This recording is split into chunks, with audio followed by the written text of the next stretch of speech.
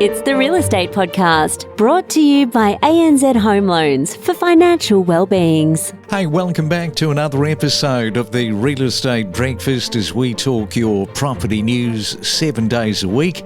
And you can hear us on iHeartRadio, Spotify, Apple Podcasts and Amazon. It's the weekend, a Sunday, October the 20th, and good luck if you're out and about today involved in any sort of real estate transactions, including agents working with their clients. And congratulations too if you've managed to get into the real estate market. Of course, the economy is doing it tough. Everything has gone up in price. Don't forget to support your local businesses.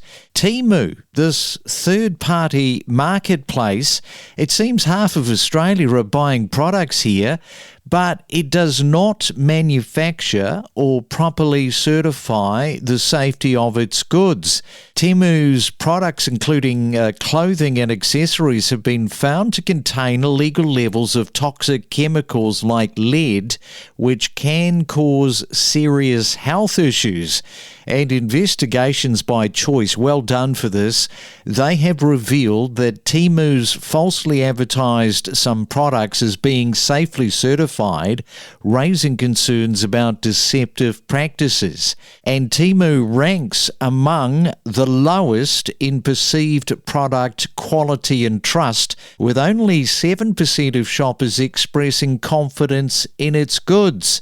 And that's because you get what you pay for. So be very careful and come on and try and support Australian businesses as much as possible. We are more than just a real estate podcast. Follow each week all of the main talking points and know your property. In fact, it was last month we spoke to Mark McCrindle, who is a demographer. And I want to get your thoughts about this because he was telling us about millennials wanting the trappings, the luxury and the lifestyle that their parents have, but not down the track, but for their first home. But yes, you are getting a generation that has a bit more of a focus on lifestyle, that probably aren't wanting to compromise as much. In fact, we found in our research that some of them expect to start their economic life in the manner in which they've seen their parents finish their economic life, in that nice house in the leafy suburb.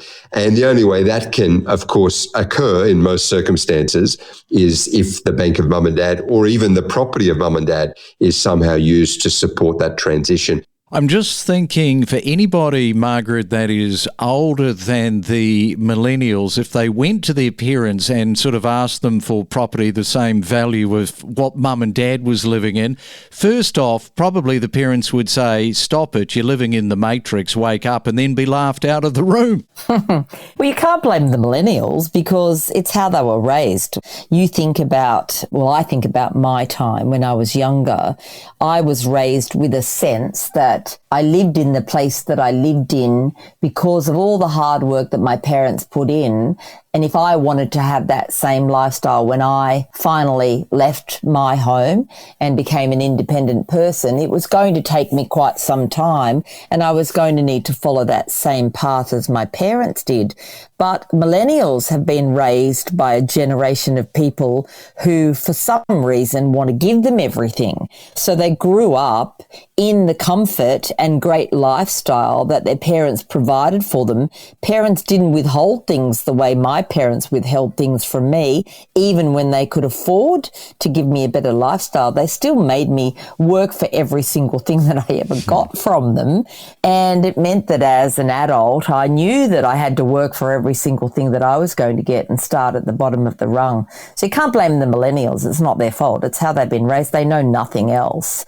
I think one of the things that millennials could take on board is that if they really want to be able to live the lifestyle that their parents have, then they might need to start on the property ladder, maybe even as an investor, buy some of those cheaper houses and units that they wouldn't want to live in themselves in states other than where they live, and gather up a number of properties that then grow in value and accelerate their own savings. If you're saving, but you've also got a property that's growing in value that a tenant's paying for, you're getting increased equity in that property as it grows, and that's dollars to you.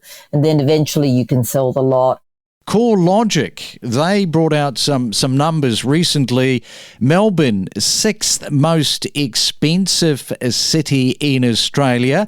And look at that. Look at who is number 3. It is your perennial favourite, Adelaide. It's not a shock to me, but I think it's a shock to many other people to find that Melbourne is so far down the list when typically we always saw Sydney and Melbourne at the top of the table and Adelaide and Perth really at the bottom of that table.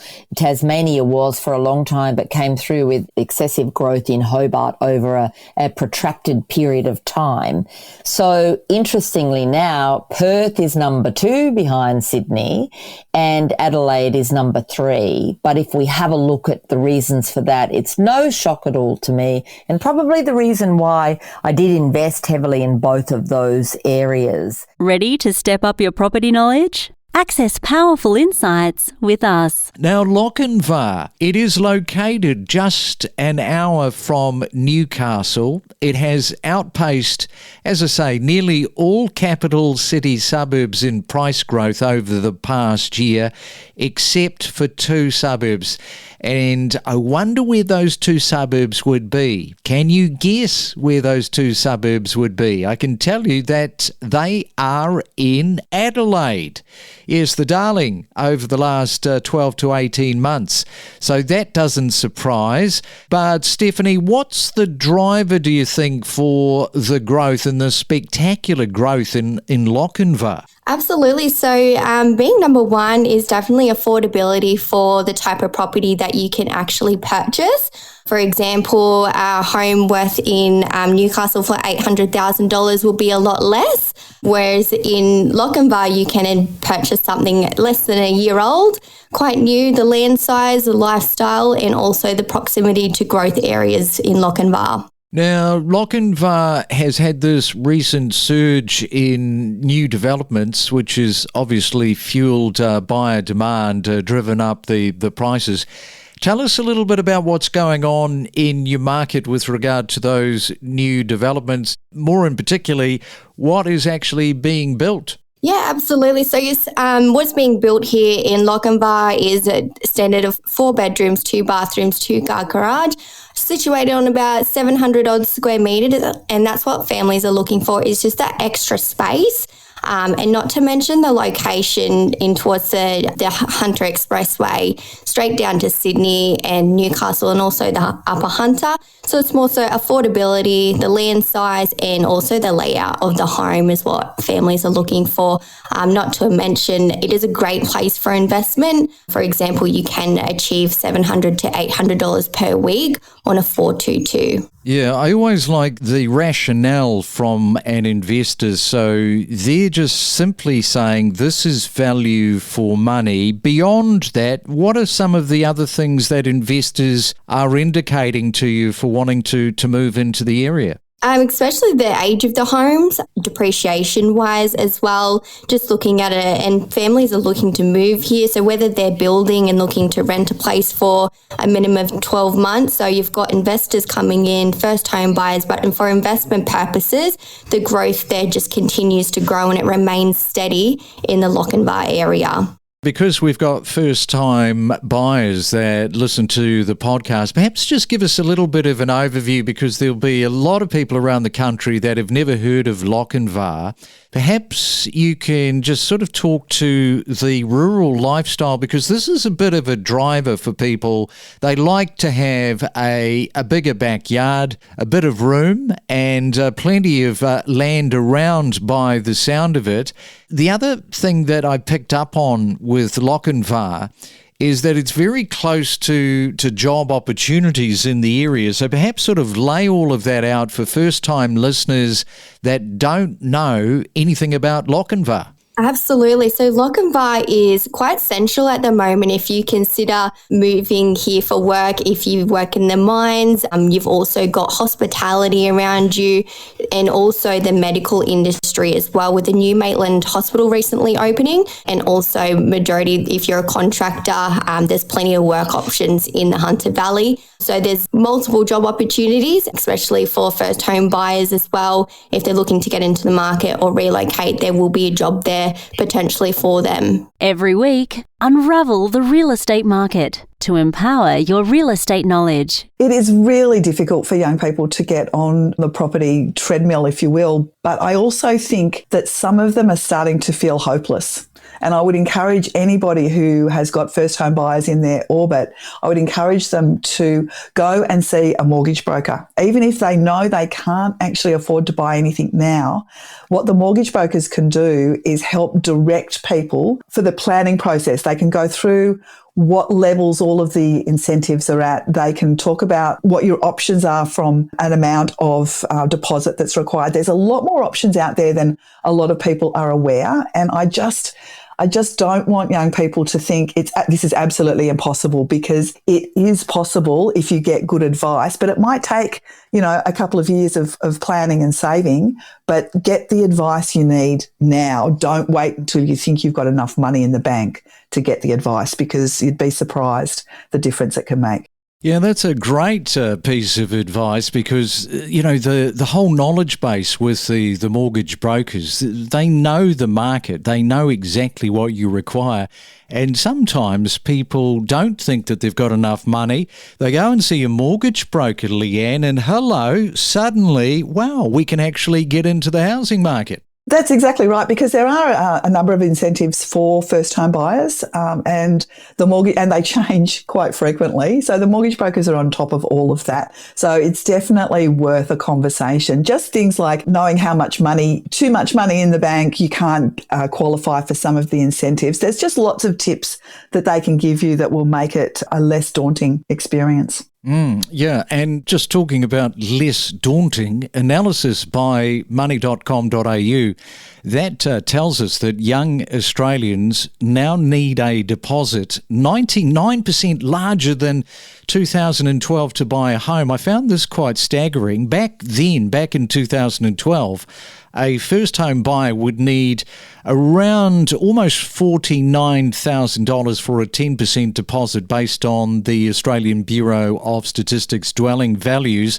Today, that figure has now jumped to over 97 grand. It's just amazing how quickly it rises. Yeah, it's a significant amount of money. It takes a long time to save that. Obviously, house prices have escalated really dramatically throughout COVID. In some jurisdictions like Sydney, those prices have continued to increase. Other places like Melbourne, for example, some of the prices have come back, particularly in the unit market. The problem with house prices is lack of supply. Everybody's talking about lack of supply. The government are talking about what they need to do, the number of houses that they need to build to positively impact that, but they're not building them. And we have seen in Melbourne prices come back in some markets because they were the ones who actually completed more supply in the last sort of 10 years than the other states and the other capitals. Yeah, that supply, just talking about that before the break, Leanne, what a massive headache, what an issue it is. We've talked about modular building our way out of this crisis.